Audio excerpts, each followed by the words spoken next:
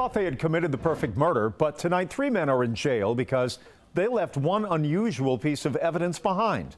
Ryan Kruger joins us with the story. And Ryan, this case baffled investigators for a couple of months.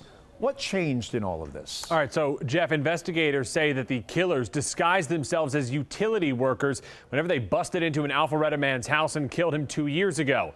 That disguise had actually worked. Neighbors, they didn't suspect a thing, but there was something a little odd left at the crime scene. The brutal murder shocked the upscale community in Alpharetta. 21-year-old Kadarius Medlock is killed in April of 2016. Police don't have any suspects or motive. Could it be a burglary? Yes. Could it be involved with drugs and guns? Who knows? But something seemed odd about the crime scene. Do you see it? What's that traffic cone doing in the doorway? So one of the detectives picked up the traffic cone, checked out the serial number inside. Turns out they sold it at the Lowe's around the corner. So the Alpharetta detective checked out the surveillance video from the hardware store and, well, would you look at that? Just an hour before the murder, there's 2 men buying an orange traffic cone.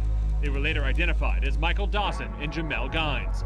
And not far away, Dontravius Mahone drove his rental car to pick up steak biscuits for breakfast just an hour before the killing. That red car you're seeing, Mahone rented it 2 days before the murder. Neighbors spotted it at the crime scene. And when police raided the suspects' homes, they found a treasure trove of evidence. For instance, it turns out Mahone's was actually playing with the victim's stolen PlayStation. Dawson, meanwhile, well, he had a stolen Gucci scarf and a Louis Vuitton bag that were taken from the victim's house. And his fiancée, turns out she actually pawned the victim's watch. An open and shut case, all thanks to a cone that was left behind. Dawson, Gines, Mahone, all convicted of murder and home invasion this week in Fulton County. They'll be sentenced to prison coming up on Monday. Well, that's quite a story. That cone is the one that trips them up. Amazing.